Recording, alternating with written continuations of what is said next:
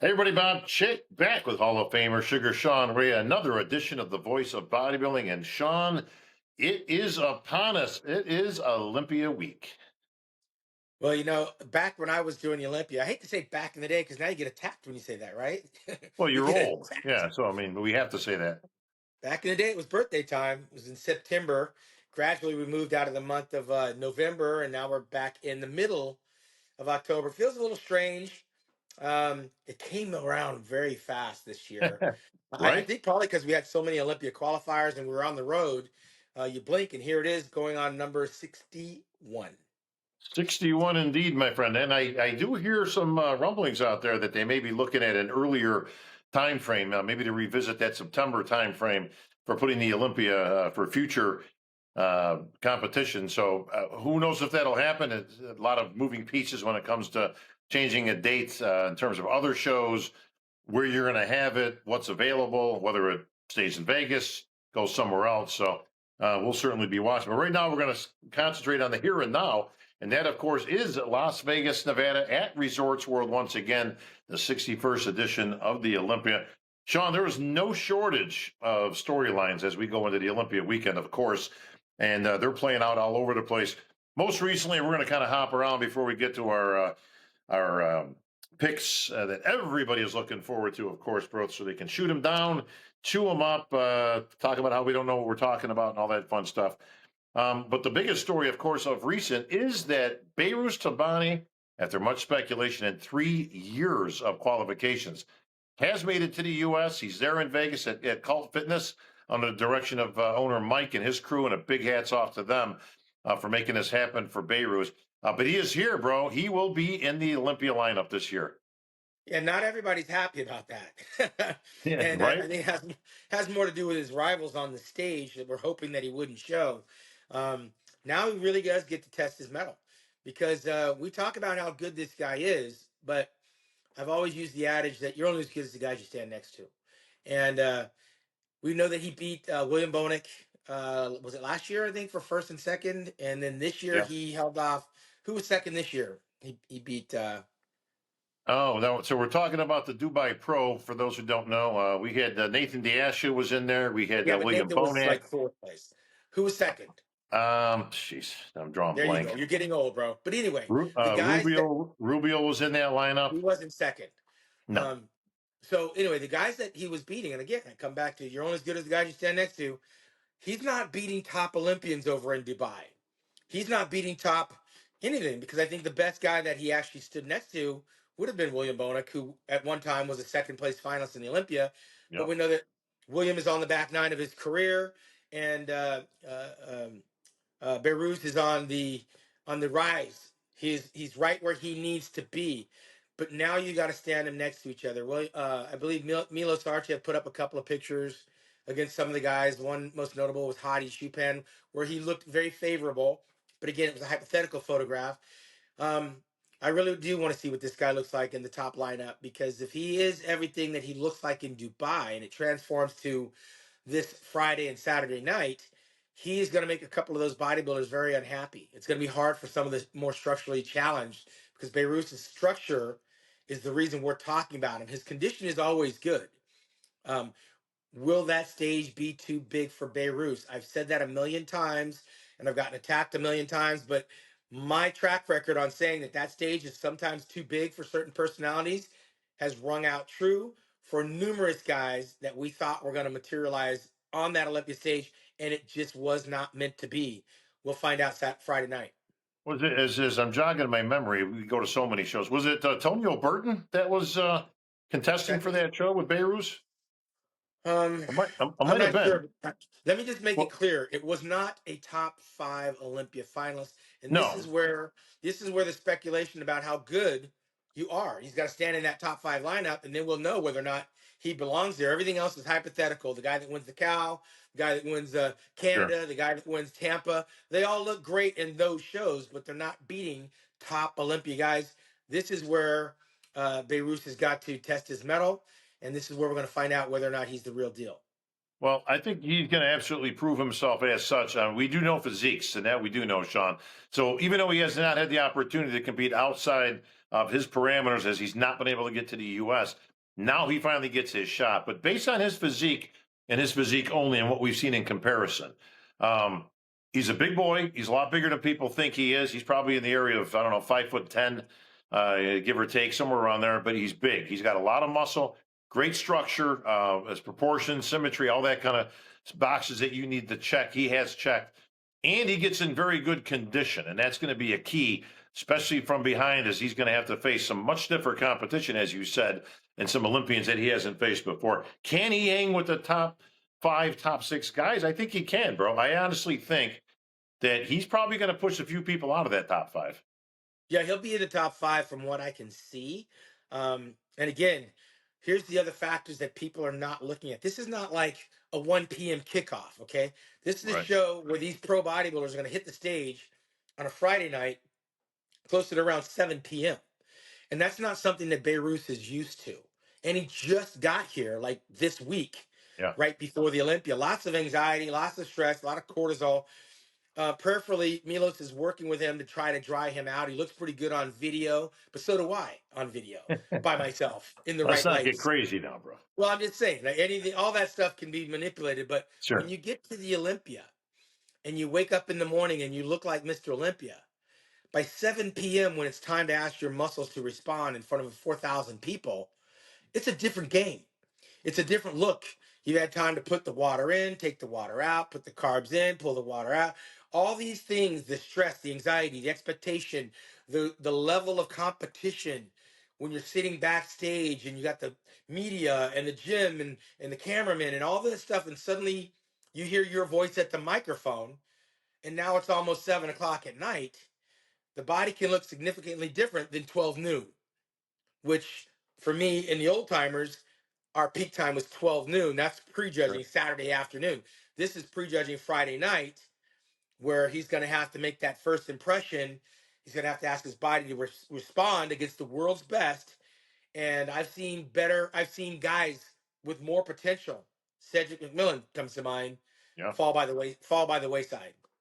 Well, we're going to see it unfold. I think his excitement level is going to be so high. I mean, I don't think people can really fully digest what this guy has had to go through. It's Think a lot. about this. You're in the bodybuilding world. The pinnacle, of course, is getting to the Olympia stage. That's any bodybuilder's dream from day one.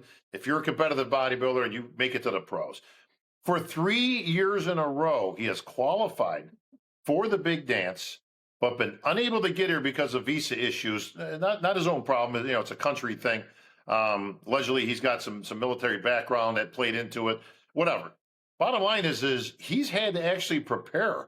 He has actually had to go through the rigors of dieting and everything that goes with it, en route to hopefully getting the pass to get to the Olympia. So for 3 years in a row, he has prepared for the Olympia, but then been denied literally at the last minute. I don't think people can really fully understand, Sean, what that's got to do to your mind. Like this guy's got to have a mind that's stronger than anybody out there.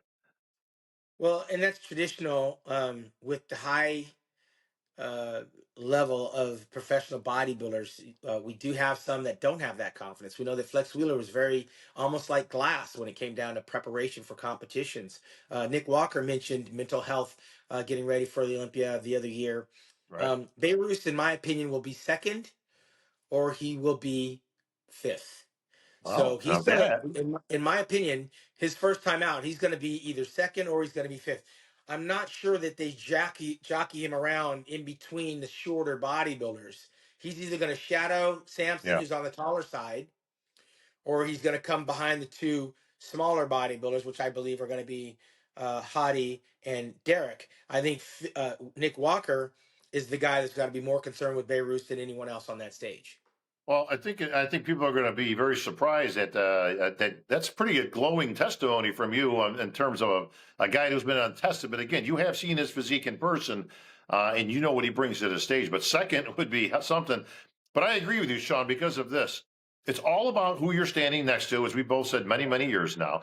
And he can hang with Samson in terms of size, Yeah. in terms of muscularity. His conditioning arguably might be better than Samson. So he might put himself in very good company. It's all about like company.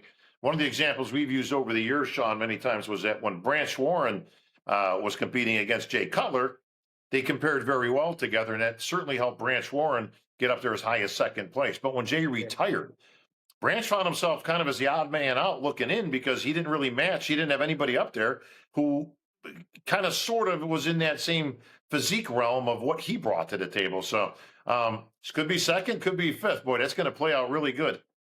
Yeah, well, that's what I'm talking about. Size for size, he's going to stand with Sampson on the height factor. I find it hard to believe that they'd stick him in between Derek and Hottie.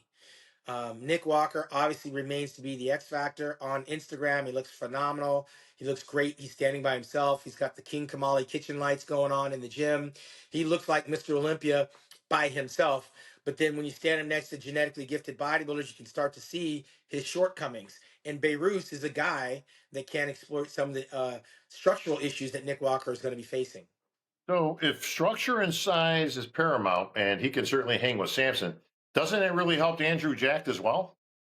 It does, but Andrew has been a promise that hasn't been kept on that Olympia stage. We've seen Andrew qualify looking better than he does when the day the Olympia comes. And that happens. Look, Flex Wheeler was always phenomenal when the Arnold Classic came around. That's why he won so many titles. But at the Olympia, he was always a little bit watery, always just a little bit shy of what he looked like Sure. in March. So that can work against you. I mean, I think Andrew uh, has a tendency to peak on the qualification show, but doesn't nail it on the day of the Olympia. And that also can be a testimony to what I said earlier. These nighttime prejudgings, they're not favorable to those bigger bodybuilders, not so much. It took Samson a while to arrive. Yeah. He figured it out. The question is, can he replicate that? I'm giving the nod to Samson because it seems like he's been there and he's done that. And you're still trying to figure it out. Well, will it be a return of the big man with those three names getting thrown out there, or is it just a mix and match of the highs and the lows, as it would be? Because you've got Hadi Chupan, still very formidable. He's been here in the States for some weeks. You've got Nick Walker, certainly, like you said, looking tremendous, probably the best we've seen him. But he's got some structural issues there that are going to get exposed a little bit with these guys. I'll tell you some big question marks, Sean, is Martin.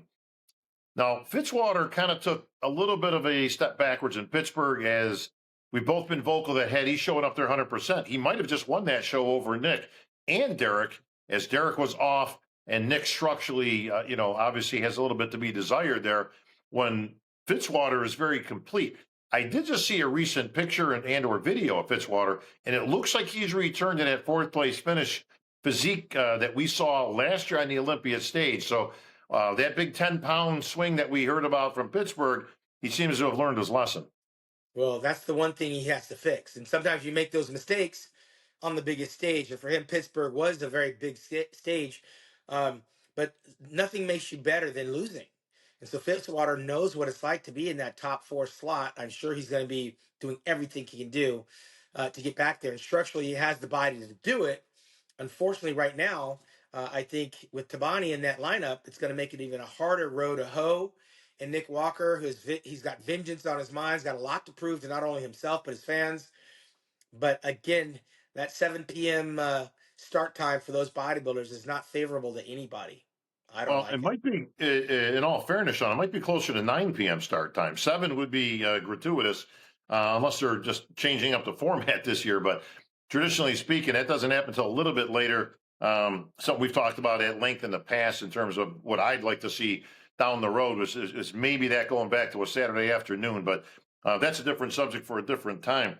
A subject for this time right now is Derek Lunsford, you would think would be the front runner, being that he won the Arnold, put 500,000 in his pocket and looked absolutely phenomenal doing it.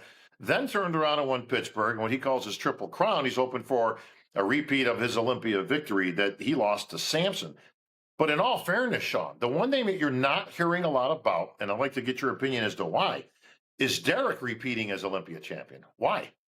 Well, probably because we know notoriously in the past, very few bodybuilders can run the gamut the way that he's trying to, from the Arnold in March to the Pittsburgh in May to the Olympia in October. It's a long road to hoe.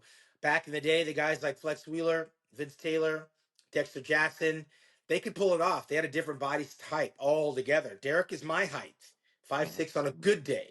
Trying to pack around that extra 240 pounds it's very, the odds are against him in hitting his peak in October, since he displayed so much in March and in May. And that's not a knock on him. It's wear and tear. It's historically hasn't been done. Can it be? Absolutely. It can be. Can he be the first? He probably could. I mean, remember, Jay Cutler used to do the show in March and do the Yeah. Olympia in September, but that was only 2 shows. Derek is going for 3, and it'll actually be 4 in less than 1 year if you count last year's Mr. Olympia. So I don't know that we're going to see the best of Derek in October. I thought he was very close to it at the Arnold Classic. He was right on the money, and Yeah. if I was a betting man that he could pull that off, and he did. I don't know that he's going to have enough gas in the tank. So if I'm a betting man and it's Las Vegas, I think he runs out of gas. Well, the man that was standing right next to him and ended up getting beat was your current and reigning Olympia champion in Samson Dauda. Samson put his title on the line and said, I got no problem doing it. To me, it's another game. If I get beat, I'll shake the man's hand and move on. If I win, great, and I'll see you at the Olympia. You got to admire his bravado. You got to admire his willingness to go out there and compete. In Samson's instance, though, I almost think it helps him. It looks like he stayed a little bit leaner this year, possibly because he did just come off of competing. He didn't seem to go up into that 325-pound arena like he has in years past. And you just saw some footage of Samson guest posing maybe a month ago, and probably the best shape and conditioning that we've seen Samson in. Arguably, could we see the best Samson we've ever seen this year in trying to repeat as champion? Potentially, and the stakes are very high for Samson. He'd be the first bodybuilder to repeat as an Olympia champion since Big Ramy did several years back. We've had Derek, we've had Hadi, and now Samson. So it's been a while since we had a repeat Olympia winner. But if he repeats, it's going to be because he's in shape, his condition. And I think that Arnold Classic forced him to kind of stay lower in his body weight in the off season. And I think in reflection, he now believes that he's the best bodybuilder. When he won it, there was a lot for him to overcome. And now to retain it, he's got that confidence. You hear it in his voice. He's got the confidence that I beat these guys finally, and I'll beat Yeah. them again. And that championship training is different than being a guy that's lost and trying to figure out his body, jumping around from one coach to another. It's a little bit different. I think Samson right now is in the right headspace. He's trying to hold off these smaller bodybuilders, and he already knows that he is the example of what Mr. Olympia looks like. I think Hadi's scratching his head. He's got a couple second place finishes, trying to figure out what does he have to do. I think Derek is questioning whether he's got enough gas in the tank. He's confident. It's going to be another three man race, but that's why I said Beirut is either going to leapfrog over Derek and Hadi Yeah. right into second because he stacks up with Samson, or he's going to find himself probably in fourth place. Well, the name that's generated more, that's on the people's radar in terms of potential Olympia champ to possible eighth place finish, Sean, we don't really know, is, of course, the mutant Nick Walker. Now, if there's a big question mark to be had, it is certainly Nick. Now, we've talked about this at length the entire year. It's a real interesting dynamic because, like you say, when you talk about comparison, he doesn't really fit in with a lot of these other guys. If you put just a front relaxed pose with all the names that we've mentioned so far, and I'll add in a few more in Brandon Curry, William Bonac, Antonio Burton, which is kind of my initial top 10 of all the names that we've mentioned so far. He doesn't really stand out. Like, it's not his best pose as the front double by or the front relaxed. Is that enough, though, to put him down? Listen, he could beat anybody from the side. His back double by is arguably amongst the best on stage. So, where do you see Nick now? I just said on the Overcome podcast with our good friend Leo, I could see Nick fourth, and I could see him as low as sixth or seventh. Where do you see him? I'm right there with you. I mean, listen, Nick, for all intents and purposes, by himself, is Neckzilla. I mean, he's got all the muscle in the world. He doesn't have the best taper. He doesn't have the tiniest waist. His back double bicep is impressive, but it's only one shot. It's not a thing of beauty, and that's probably where he loses me as a fan, right? I mean, we all like what we like. That's not me hating on him. He is the modern day Tim Belknap. He's got Right? plenty of muscle, but his physique is ugly and it's gnarly, and it's not my cup of tea. Is it capable of beating these other guys? Again, those 3 Olympia winners that are going to be 1, 2, and 3. they're not there just because they have a shit ton of muscle, which Nick Right. does have. He has it in spades. But Nick is the modern day Branch Warren. He is the modern day Tim Belknap. He is Neckzilla 2.0. So unless we're going to turn the Olympia into a freak show and just award the most muscular, he should be battling it out with Neckzilla, because Neckzilla should be right there pound for pound muscle wise as Nick. Um, if all the stars align, sure, it's possible Nick can slide into first place. It's also possible that Beirut could be first place, but Beirut has an advantage genetically. So that's where the scales get tipped in his favor. Nick doesn't have the genetics that we're looking at. Neither did Rich Gaspari. Was still good enough to get second, but he was held at bay by a genetic freak. Samson is a Yeah. genetic freak. Beirut is a genetic freak, all the way down to, I think, Hadi and Derek, for their structure, they have better shape and symmetry than Nick Walker, which is why Nick is on an island in my book. That's not hate. That's my perception of what I'm looking at on that stage. I had Nick Walker as high as fourth place in this Olympia. Now you put in Beirut, I have him as high as fifth. Can he get Right. fourth? Can he get second? Anything's possible. But we're going to Sure. find out on Saturday. On Saturday night is when we find out. But Friday night, if he's not on point, it's going to be a lot of ground to make up, and all eyes will be looking at his midsection. Well, Sean, it's amazing you were able to actually put that information out there in your opinion without the use of Chat GPT. Ain't that something, boy? Well, Wow. rounding out the top 10, we have Brandon Bonac and Tonio. Now, Tonio has been up and coming. Again, he looked very impressive in Dubai. He's a little underrated, I think. I mean, he's put together fairly well. He's not one of the bigger guys, but he's very consistent, comes in condition, great symmetry and proportion. He could use a little bit of size, but everybody could use a little bit of something. He was in the top 10 last year. I assume he can probably slide into that this year. Bonac, the resident perennial champ, who's come back now. He is the guy with the experience out this year. Probably in his last year. I know he said this was going to be his last year. I got to think he's going to stick with that. He's had a hell of a year, and he's going to round us out on the Olympia stage. And Brandon Curry, a former Olympia champ, kind of still hanging in there, bro. But has he hung in there just a little bit too long? Well, I said that at the top of the year. I believe so. He should have been at the Masters Mr. Olympia and called it a day. And you can't leave out Regan Grimes, because while these other guys you just mentioned are all getting older right in front of our eyes, Reagan's the youngest out of all of them. And he's still a promise that hasn't been kept. But we know sometimes out of the blue, like Jay Cutler, it can happen. We watched it happen with Gunther Schlurkamp when he leapfrogged over Yep. a slew of bodybuilders and made the top five, ultimately wound up beating Ronnie Coleman. And Reagan is the guy that could probably do that to the guys that we're talking about. If Reagan kept his nose to the grindstone, he's the guy that can beat Brandon, can beat Bonek, and can beat Tonio. So I don't want to be sleeping on Reagan. Has he proven it to us in the past? No. His last show was not a victory. It was a loss in his home country of Canada right after he won the California Pro. But that could be just enough for him to wake up, smell the coffee, and arrive in Las Vegas and serve notice. Most of these guys that come out of nowhere, they've been there. Like Jay Cutler was there before he arrived in Yep. second place in '01. Gunther Schlitkamp was there before he leapfrogged over everybody. And I wanted to go back to Nick Walker because, again, for all the muscle he had, he's no Marcus Rule. And No. Marcus Rule Marcus Rule, when he walked on the stage, caught everyone's attention. Oh But yeah. I believe the best that Marcus Rule did in the Olympia was like ninth. And he is the modern day Marcus Rule, because when you see him walk out by himself, he's phenomenal. Unfortunately, he's going to be flanked by a bunch of bodybuilders that have shape and symmetry. But I would not sleep on Reagan Grimes when it comes down to those three bodybuilders: Bonac, Tonio, and Curry. Well, we're not sleeping on nobody here because oddly enough, you mentioned that, Sean. Of course, there's a small batch of guys. So there's 20 guys in the Olympia. There was 21, I believe. It was geez, drawing blank from Brazil pulled out. Brandao, Yeah. Rafael Brandao. Yeah. Drawing complete blank there for a second. He pulled out a few months ago, so he's not in the lineup. So I think Well, we have Bob, 20. but I know, but even though we're at 20, we're still days away, and we know notoriously that Yeah. one, maybe two, still may not make it to the stage.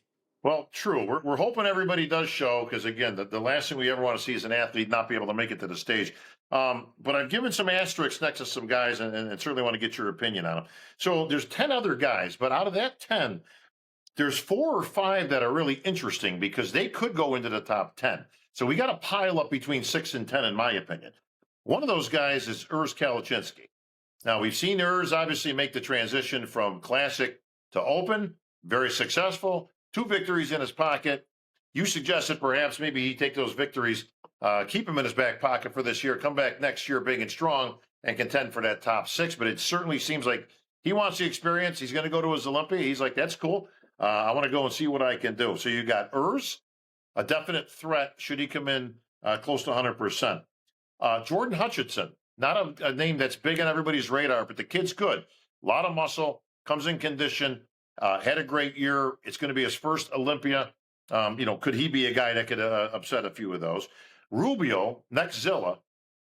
You talk about freaks. I mean, this guy is the true definition of a freak. Okay, for any of us that have seen Rubio in person, and we deal with him all the time as he's part of our Panada team, this guy's got muscle and separation like nobody else. Now, he doesn't have the aesthetics, but hey, it's a muscle show and anything can happen.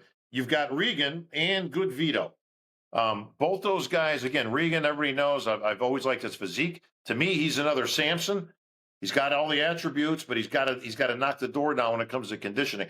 And Good Vito, we've seen kind of come up lately. He's made some great improvements. I still think he needs to make a little bit more from the back, but he's got a lot of muscle on his frame. So out of those guys, Urs, Jordan, Rubio, Regan, and Good Vito, who do you see doing the best? I think Urs has the most potential. I think Urs could be anywhere between 6th and 8th place. Um, I do believe that Urs has a better opportunity to battle with Reagan Grimes. Um, I think that he it's too much too soon, which is why I hesitated to tell him to compete this year. I would have waited, let my body grow, because we're going to look at him and all we're going to talk about, give this guy another year. When he brings his back up a little bit more, when he thickens up a little bit more, we're going to be talking about his potential at this Olympia, not what he's actually bringing to this Olympia stage as a threat. And By I the way, personally would have. hang on, just to interject, I got to say this while it's fresh in my mind. But so I saw Urs do an interview with on some other podcast or whatever, and of course they had to bring up to like, hey, what do you think about Sean Ray saying that you should sit out this year? That you would be much better if you waited till next year, and basically trying to incite some type of a response. And Urs kind of laughed and he went, yeah, that's cool. I Yeah, mean, Sean's got he his opinion. I understands. think I think everybody should give their opinion, and if that's what he thinks, that's I got no problem with that. Yeah, That is the way you should deal with anybody giving an opinion on you that's an expert in this field, and whether they think you're good, bad, or indifferent. So, good for you, Urs. yeah, and I think he understands that it's not a knock on him. It is a developmental thing, which only Correct. comes with time. Um, the reason why I was there so early, I was a lot smaller. I was dealing with a lot less volume, and Sure. I was at the top of the food chain right out of the box. Urs is changing divisions, which means he's changing styles of training, the consumption of calories, trying to pack on muscle where it should have been, but it wasn't because he's in a classic physique. That takes time. And when that starts to mature, he's going to be a threat. He's going to be dangerous. I told him that. I said it on the podcast. So will he Yeah. be ready this year? No, he won't be ready this year. That's why I said sit it out. So I'd rather have seen him come to the Olympia on that win streak, enjoy the Olympia experience, let people try to compare mentally where he might have been, should have been, or whatever. But hey, some bodybuilders, they love to compete. Let him get the experience. He's been on the stage before. Uh, Losing is not fun. But like some people said, you never know if you're going to make it back there. Well, I knew, I was there 13 times. I think this guy's got a lot of gas in the tank. He'll be there for many years to come. If he does what he's supposed to do, he will be between 6th and 8th. We'll be talking about his potential. And if he just rests till late in the year 2026, he'll be able to make the improvements to be a real part of the conversation in 2026. That's where I was coming from. He has Well, real potential to be yeah. talked about in the conversation. His goal this year should be to beat Martin Fitzwater. If he could put one of those names behind him Yeah. in his back pocket, people will be talking about him. He has the potential. He has the size. has the shape. He does not have the mass. Well, one of the things that you and I talked about off the air, of course, was even though you're giving a recommendation to somebody like Urs, that look at, in my opinion, if I was running your camp, I would tell you, to sit out this year or to do this and that. That doesn't mean you can't see the other side either. And we've talked about this a number of times. He's also in a no lose situation. There's no expectations really. He's qualified for his first Olympia. Like I say, he's a young guy at 24, 25 years old, whatever he is. He's got nothing but time on his side. And listen, he can catch a few people sleeping here, bro, because Urs is a big kid. He Yeah. can sit there with Samson and Andrew and Beirut and the big boys. He can hang with those guys. So listen, maybe a couple of guys come in off, including a Martin Fitzwater. We've seen Martin come in off. If he comes in on, he's going to be very dangerous. But we can actually see both sides. So even though we might have a recommendation for somebody to maybe go in a certain direction or heed certain advices, it doesn't mean that it's the be all end all. Like I said, I loved Urs's response because that question was supposed to elicit some sort of well, who's Sean Ray, and why is he talking trash and all that, and it was anything but that. He kind of, like I said, he kind of smirked and said, yeah, that's cool. I can appreciate Yeah. that. Well, and that's maturity. I think he understands. And again, they were asking my opinion. They weren't asking his. And my opinion would have been for him to wait because there's more to be gained. The mistakes that he made are not going to be corrected this October. I should say this weekend. He's not going to gain any more Olympia experience for next year because he's been on the big stage before. He Yep. knows what he's walking into. And maybe some people are right that some of the guys competing this year may not be there next year. So why not go in Yep. there and experience it? I never did it for fun, Bob. I did it for business, and it was my destiny to be on that stage, and I was young enough to do it. If Urs can go in there and walk away with some valuable lessons this year to apply for next year, he will be in the conversation uh, as a serious contender instead of just a guy that's going to try to make the top 10. Well, we've mentioned that Nick Walker is a big question mark in terms of A, what he brings, and B, more importantly, how he matches up with those other guys in that potential top six. If there is another question mark that looms, though, it's on Neckzilla, Rubio Mascara himself making his Olympia debut. Like we said, Sean, a true freak of freaks when it comes in the world of bodybuilding. Very much in that Marcus Rule type arena, the Paul Dillettes, some people that were really just kind of a freak of nature, so to be.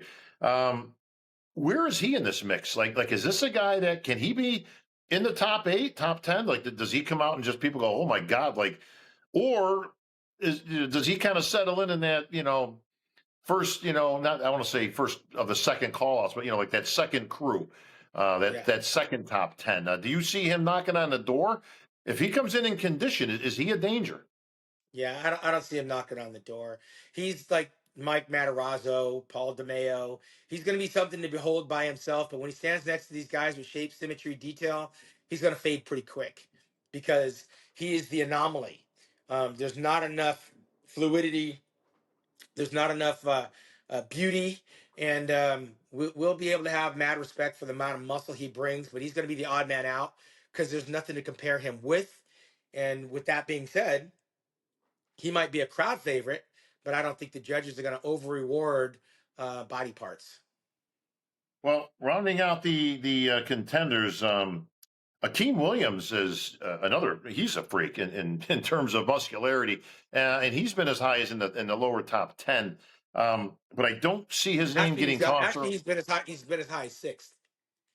Six. Yeah, So um, that's a pretty good fall from grace, though. Like you don't hear his name at all when it comes to. Is he just a guy that kind of got lost in the shuffle?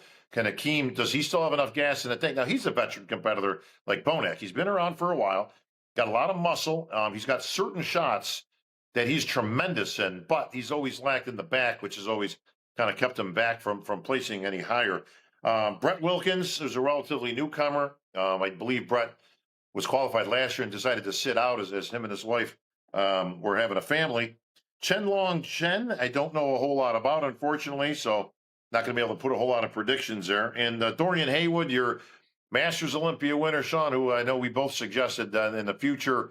We wish him the best. Probably nice to be there, but maybe something in the future of consideration of a guest posing or a special appearance, perhaps, would be That best that suited for ship that. that ship is that opportunity sailed, because that's what he should have been doing this year. He's the modern day Don Youngblood, Don Youngblood. Donnie Youngblood, right? Um, who won the Masters Olympia, went into the Open Olympia and was dead last, and not a lot of conversation.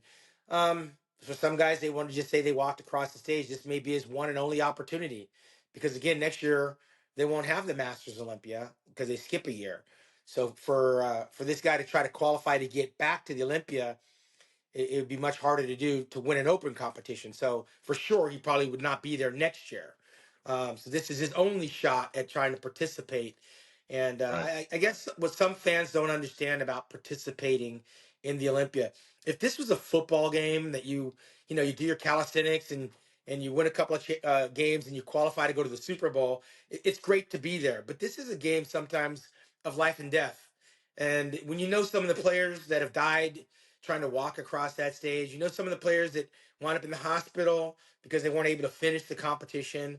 When you know some of the guys that um, are dejected because they spent all their money and their family couldn't get tickets and things aren't going their way, you have a different perspective on whether or not it's fun, right? Like in my first Olympia at 22 years old, it was fun. I was a kid, and I was around all the guys that I had on my wall at my Sure. house, Robbie Robinson and Albert Beckles and all those guys. It was fun. But if I were to be 40 years old, 40 plus, there's really nothing fun about the sacrifice you have to give to the sport in Yeah, training and right. dieting and nutrition, your family, your kids, your job. There's nothing fun about giving up all of those things to go get a number and be cattled around and kind of left in the shadows of the biggest event and nobody cares about you. So I'd be curious to have a conversation with him when the show's over to see if it was still fun once he's gone through the experience, and is it worth it? Because I don't know, to be in that mindset, is it worth it? Would I be able to do Right. it for fun and know how much it actually costs my family and my bank account to be on the stage in a show that it's impossible to get a call out that I want or dream of, when I could have been sitting in the front row as a guest being recognized for my accomplishments. You know, I don't think people, unless you've been through this game, I don't think people really can get a sense. This is not participating in the All Star game. Where you throw a jersey on with your name on the back, and hey, it's good old times, and somebody's lobbing in a pitch, for you to take a swing at, and you jog down, you kind of joke with the guys about how your knees are killing you, and you can't stand up straight. Nobody gets on a bodybuilding stage and wants to look anything but their best. That Yeah. involves a lot of work, a lot of time, a lot of sacrifice, a lot of money, Stress. and a lot of stress, because you don't want to go out there and make a fool of yourself. I don't care who you are. So I'm right with you on that one, Sean. Where it's like, I'd be curious myself to know what the mindset is of that. Listen, maybe that's something you can say after the fact, but while you're sitting there holed up in your hotel room, while your family's gambling and having fun and getting meals, and you're eating dry chicken and rice with your feet up, Yeah. like an idiot for 3 days. I mean, listen, we've all been there. Okay, this is not a sport that you engage with to have fun in that respect. The fun is in the gym with the boys. The fun is later on when you get to pal around with we're going to see a whole bunch of our fellow pros at the show. We could talk about old Yeah. times and stuff like that. There was one name that I didn't want to miss, but I have it in my notes. If I got to give somebody the Ironman award, it's Sas Harati, who's also qualified and going to be in the Olympia. And everybody knows this guy took a whole bunch of bites at the apple this year to get on that He stage did. this year. I think him and Quentin probably competed the most, with the most amount of second place finishes before he finally punched his ticket. Quentin, unfortunately, did not end up qualifying, or fortunately, as I don't think it would have elicited really a great Olympia experience. Like you say, that's another guy. He's another one like Urs. Well, Got all the tools, great physique. Go back to the drawing board for this year. What a banner year he's had with what, 4 second places. And next yes. year you're gonna see Quentin on the Olympia stage next year in contention for that top six. I can Well, guarantee you. Sas to Karate probably middle of the pack in that, but again, you got to give him credit where it's due, and that he stuck it out, and he got exactly what he wanted, which was a trip to Vegas. Well, to your point, there's another guy. So if we just rattle off a few names, right? Samson, Derek, Hottie, Right? Beirut, Nick, Andrew Jack, Curry, Bonek. Tonio, Antonio, yeah, Rubio, Regan Grimes, Urs. That now we're at 12. And we get down to yeah, 13th, and we talk about Sauce. And now we're getting down like 14th or 15th, and we're bringing up Dorian Haywood. Like right. you can look on paper and be like, on paper, I'd be like, I'm I can't beat any of those guys, right? So I'm somewhere 14th or lower. What's in it for me, right? What is in it for me? To stand in front of 4,000 fans amongst these guys and be ignored. Again, that's where my headspace is when it comes to guys that qualify that shouldn't go. So we're going to do something a little bit different here because everybody puts out their picks for potential, top five at least. Some people will go to top 10. It gets a little dicier, especially this year with names like Urs and Jordan and Regan, Good Vito. Any of those guys could really contend for, 8, 9, 10, 11, 12. That's going to be very crowded around that spot to get into that prestigious top 10. But we're going to go on the idea, Shawn, that everybody in this lineup, for the first time in Olympia history, bro, in 61 years, everybody nails it. Yeah. Everybody, bro. 100%. Everybody is 100%. Oh my God. Now, everybody's 100%. So we're not taking any factors. We're not taking any judging considerations, whatever. Nobody's soft. Nobody's smooth. Nobody blows it. Who wins? Again, on paper, you're defending Yeah, reigning yeah. champion Samson Dowd. That's my opinion. Sure. On paper, everyone's Sure. 100. Yeah, we're Samson's the going best body. 100%. Everybody's 100. Everybody. Again, that's why he won a year ago. Now, that being said, you have to be 100%. So I believe personally, a 100% Samson Dowda is better than 100% of everyone else on that stage. That's why he's Mr. Olympia. I'm not a judge, but I've seen all of those physiques up close and personal and pound for pound, shape and conditioning. Samson there's a reason he won the competition. Yeah, agree. Listen, no question there. This is where it Full gets more stop. fun, though, because I think we both agree on that in terms of Samson. I would absolutely have Samson. All considerations, everybody's 100. I got Samson as the best overall physique, a modern day Lee Haney. This is where it gets kind of interesting and dicey. Everybody's 100%. Who's second? Do you have Beirut second? Do you have a Derek or a Hottie second? Well, again, I think Beirut is as high as second place based on what he's shown us. But what Mm, we don't know, and the X factor is, what does he look like against the best in the world? That's the X true. Yeah. factor. We do not True. know what he looks like standing next to the best in the world. And that's why he may look so phenomenal winning those other shows. So I'm just as curious and excited. That's what makes the Olympia so special, is because that's the only place that you're going to have those questions answered. But on paper, Beirut stacks up more favorably than the other two smaller Olympia champions in the form of Hadi and Derek. I don't mention Brandon because I believe Brandon is already aged out. That's not a knock on Brandon. It happened to fucking Ronnie Coleman. It happened to Jay Right. Cutler. It happens to every single bodybuilder, including Dexter Jackson. As good as Dexter was, he went out retiring in ninth place at the Mr. Olympia held in Florida, and he was the winningest bodybuilder of all time. But he couldn't beat the other 8 guys because Father Time is undefeated. Well, we've got Nick, Andrew, and Martin. If we're talking about top contenders, again, and we're going on history, we're going on the last 3, 4 years of competition, heads up, and all that. If they're all 100%, does Nick beat Andrew or Martin, or is he behind those guys as well? I think Nick has the potential to beat both of those guys. But again, it's been 3 years by the time he steps on this Olympia stage. So the questions that have to be answered regarding Nick, only Nick will be able to respond to. Because listen, as fans, he's the fan favorite. Right now, we have a fan Absolutely. favorite award. Hottie's won Yeah. the fan favorite. Big Rami's won the fan favorite. Right. Roy Winkler won the. Nobody's winning the fan favorite except for Nick Walker because everyone is cheering for him. Can he rise to the occasion? That's where I hold reservations. I'm not on board because he hasn't stepped on that stage in 3 years, and until that happens, it's going to be hard for me to get excited for that. And let me break that down a little bit for people because they all think we're Nick haters and all that. So we'll take that with what it is. But we don't really know what 100% Nick Walker looks like. We didn't see it in New York. We didn't see it in Pittsburgh. I mean, that was probably the best he's been. But again, the midsection issues is what kept him from actually winning the title. So, and we haven't seen. This will be now obviously the third Olympia that we will finally, hopefully, see him on stage.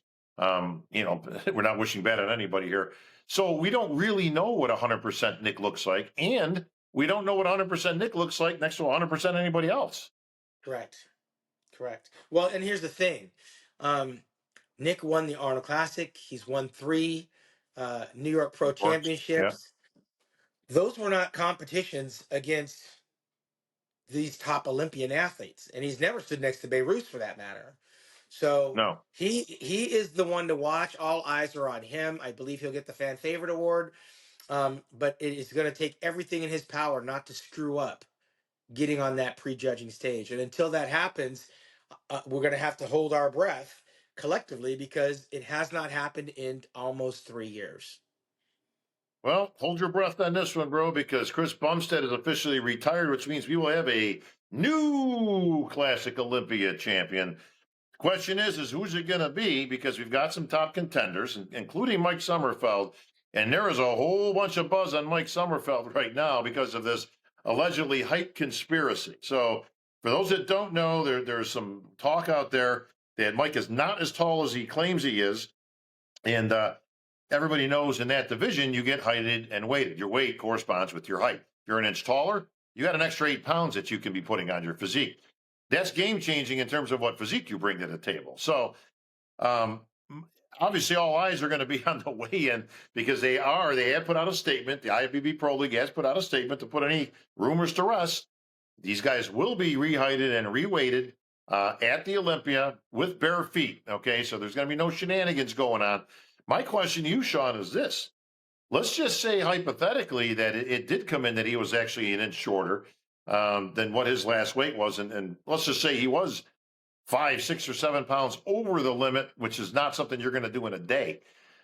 What would the recourse be? You can't just kind of throw him in another division because this is the Olympia. You had to qualify to actually get there. I assume maybe the Pro League could give him a special invite into the 212. Like what would actually happen at that point? Well, if he doesn't make his weight, he doesn't get to compete. Those are the rules. Why all Well, he of a doesn't get to sudden? compete in Classic. No, my point is he's not qualified for anything other than Classic. So those are the Correct. rules. So he would be out of the Olympia weekend. That said, why are we waiting until a week before the Olympia for the federation to remind these guys that they're going to be remeasured? I thought that would be automatic, no matter what. You weigh in and you get measured.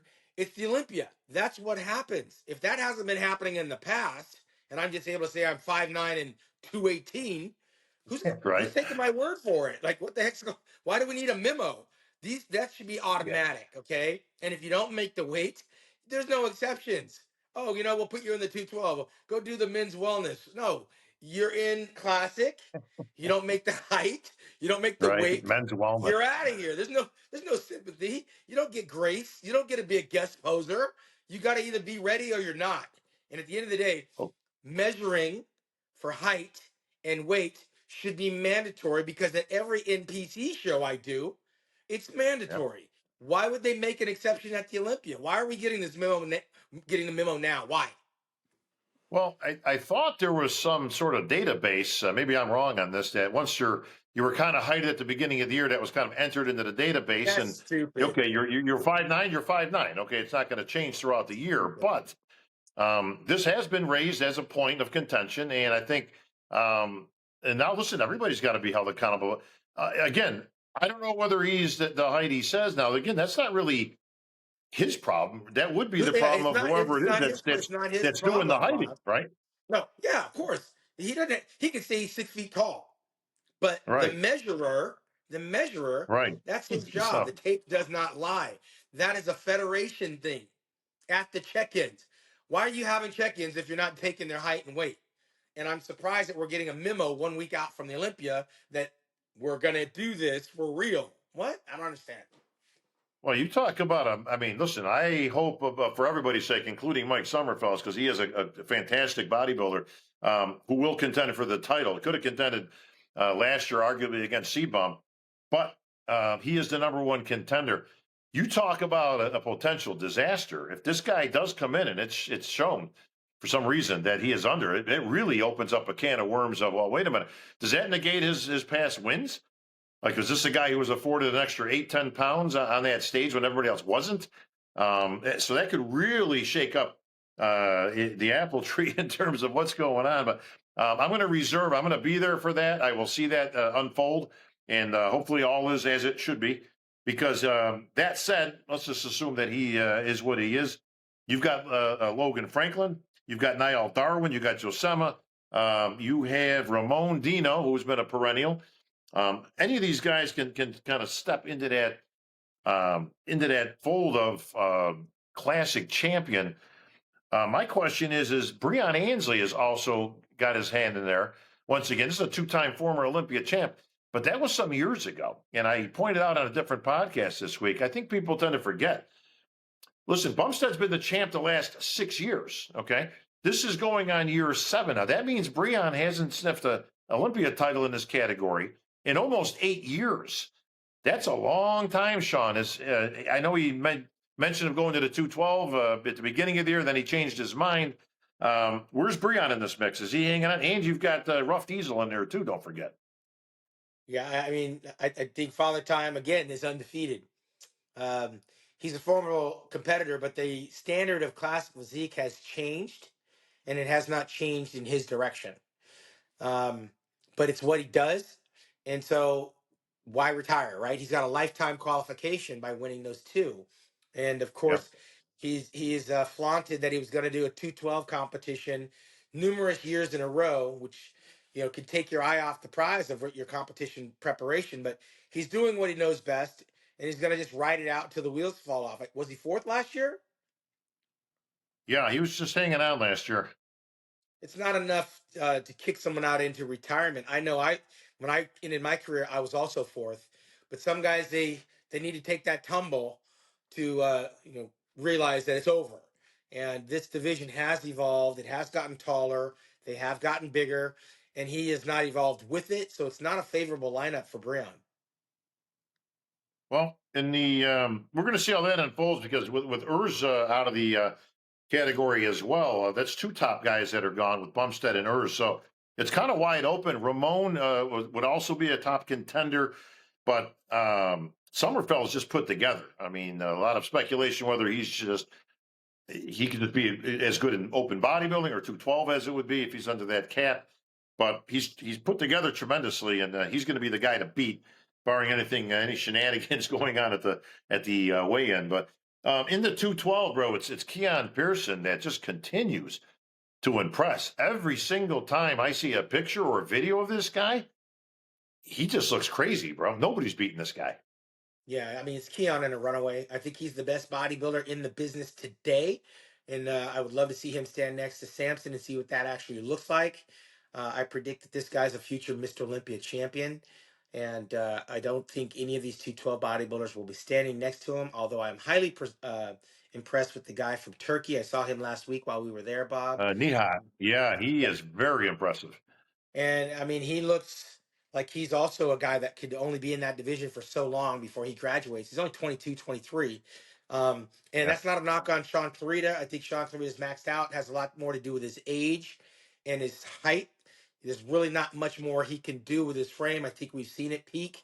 And him peaking is still pushing these guys. Keon can't come in there and be soft. Sean can catch him.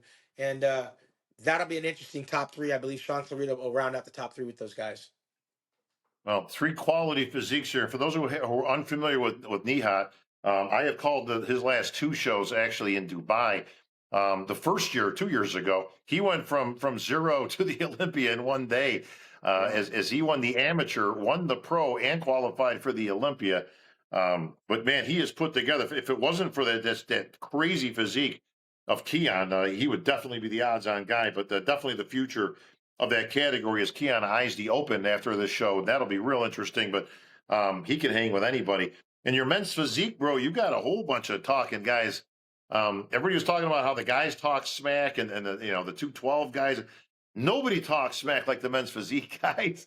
This is Yeah. absolutely crazy. You got Jeremy Buendia, four-time champ, who represented years and years ago. He wants to go out with a flash and a bang, and he looks tremendous. Went to a show, won it, of course, easily. You may have seen the best Jeremy. The question is it enough to contend with the young cats that are out there now? He's got Ali Bilal and Ryan Terry, two-time champ, looking to make it three out of the UK. Even Ryan had a few comments, and he's about as perfect a gentleman as it gets out there. But Ryan will never talk smack, but he kind of let these guys know who's boss right now. Well, the board shorts right now is what open bodybuilding should be. It's very competitive. These guys have opinions. They speak their mind. It's all in good fun. Um, but there's not a whole lot to the division. Again, you're talking about quarter turns, right? Guys trying to squeeze off extra poses that aren't actually part of what the mandatories are. But they feel very strongly that bodybuilding has survived because of their existence. And so long as they feel that way, it's always going to make things more interesting on the bodybuilding Instagram, I should say. We used to say the bodybuilding boards, but now they're all talking their Yeah. own little level of smack on the Instagram. Um, but yeah, it'll be interesting to see these guys as they pump up and walk out on stage and do their quarter turns. If their words can translate into some fun on the stage, I'm interested in seeing how that plays out. It's bragging rights, right? It's board shorts. Yeah, sure. These guys, they're taking it very serious. And again, where else can you go to get this kind of prize money to do quarter turns? It's high stakes at the Olympia and bragging rights for the year. And these guys have made things very interesting to the point where I'll be watching this year. Well, yeah, we'll all be watching that one. And then you throw in Brandon Hendrickson and Aaron, another former Olympia champ. That's a pretty stack. That's one, two, three. That's five guys right there. I just gave you the top five. Personally, like I said, I mean, it's. I'm going to be very curious to see how Jeremy stacks up because he looks great, man. I tell you, he might be the old man of the crew, but his waist was trimmed. I mean, he looked great. The Sasquatch Open competition that he won just a few weeks ago. So he's taking it seriously, but I'm pretty sure he wants to get one more in his pocket and before he calls it a day. Yeah, and very impressive comeback because he could have phoned it in a long time ago. I think he tore his Achilles heel and had a couple kids and Yeah, moved and yeah. opened a gym. All of that stuff is not easy when you're trying to get back on stage. And he's not only back on stage, but no matter whether he wins or loses, what he's accomplished is nothing short of amazing. And he'll get his flowers at the Olympia regardless of victory. Well, rounding out on our women's divisions, your fellow mutant girl looking for five in a row. I don't think anybody's going to be beating Andrea anytime Six. soon. As she's chasing six, she's looking for. That's right. It was five last Correct. year. So I'll tell you Yeah. what. In the blink of an eye, she's chasing down the great Linda Murray with eight. So like I said, I don't see anybody slowing her roll. She's got some competition out there with Angie, but she's just too damn good. And Sean, you're going to have a couple of new champs coming out this year. That the great Cindy Gillen called it a day at eight. So you're going to have a new champ there, be it Jessica Padilla or your other fellow mutant, Lola Montez, also looking fantastic. So one of those girls, look for one of them to take that title and start their own run. Also in fitness, we're going to have a new champ. Is Missy Truscott has made her way to figure. Had a great debut and winning a show that she qualified for the Olympia in that division. So she's going to a different division, but that does leave an opening for those girls in fitness. And it's Little J Fitness there, I think, who you're going to see take that title this year. As I like to watch those girls. They bring the excitement to every competition. What else we got? Well, Women's in the wom- physique. in the women's physique, I believe it's Shanique Grant is making a comeback, and I don't think she Yeah, does but she's women's. not making a What's she she's not doing? making a comeback in women's physique though, bro. Is it what? Thanks for asking. So yes, I I hear thought it was Shanique women's Grant is figure. making a comeback, two-time Olympia champion women's physique, but she's going to be competing in wellness, I Fig- believe. Wellness. I saw a picture No, of her, and I thought she was coming figure. She looks I hear phenomenal right now. I'm not I sure hear about wellness, wellness. bro. If you had told me So, figure, if you had told me figure, I would have said her and right? Lola Montez. But if you're talking wellness, I Yeah. don't know about that, man. She's too hard. That's. She has an eight pack, Listen, bro. bro. Can she She hang has with an the eight. Brazilians? That's the that. Listen, you're going to have some competition there too. Franceli Matos pulled out of the show. You still got Eduardo Becerra, who's in there, Isa Pereira. So I mean, that thing is stacked up as well. But yeah, I'm hearing wellness. Wow, if you had told me physique, she'd be fighting for first place in women's physique. Women's figure, not physique, figure. Yeah. Figure When, figures when, where Sydney Gillen left, right? Correct. Yes. And women's physique, actually, you're probably going to have a replay once again of Sarah and Natalia. Those two were just tremendous back and forth. Sarah's one, I believe, she's been on the upside here. She's looking for number 5. I believe she's got 4 in the bank. So Wow. I think, yeah, I believe so. So we got some great lineups, great competition. And of course, we'd be remiss, Sean, if we didn't mention Bikini and Laura Alicia Patos. And a big congratulations and welcome to her because she is part of our Panada family. And she's looking to defend the Bikini title. So Yeah. that's going to do it for a wrap up for the Olympia. Sean, anything else to add? We're out to Vegas in another day, bro. I would be remiss, Bob, if I didn't give the wheelchair division a little bit of recognition here. Big Nick, Yes. he's always trying to do what's right for those guys. They're going to be rolling around that weekend. I think they do their show at the Expo. Is that correct? Wheelchair? Yes, it's a tremendous showing. They've really increased the quality of competition. I know Harold Kelly will probably still be out there trying to get that title back.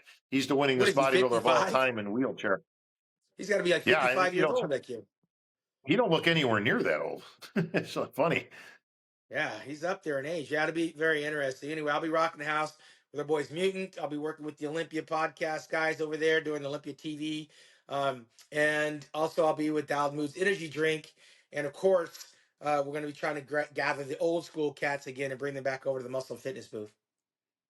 Well, let me know when that happens. If I'm not on stage, bro, I'd love to get into that picture. But Absolutely. all right, here we go, bro. That's going to wrap it up for the Olympia edition of the Voice of Bodybuilding. For Sugar Sean Ray, I'm Bob Chick. Yo, we out of here.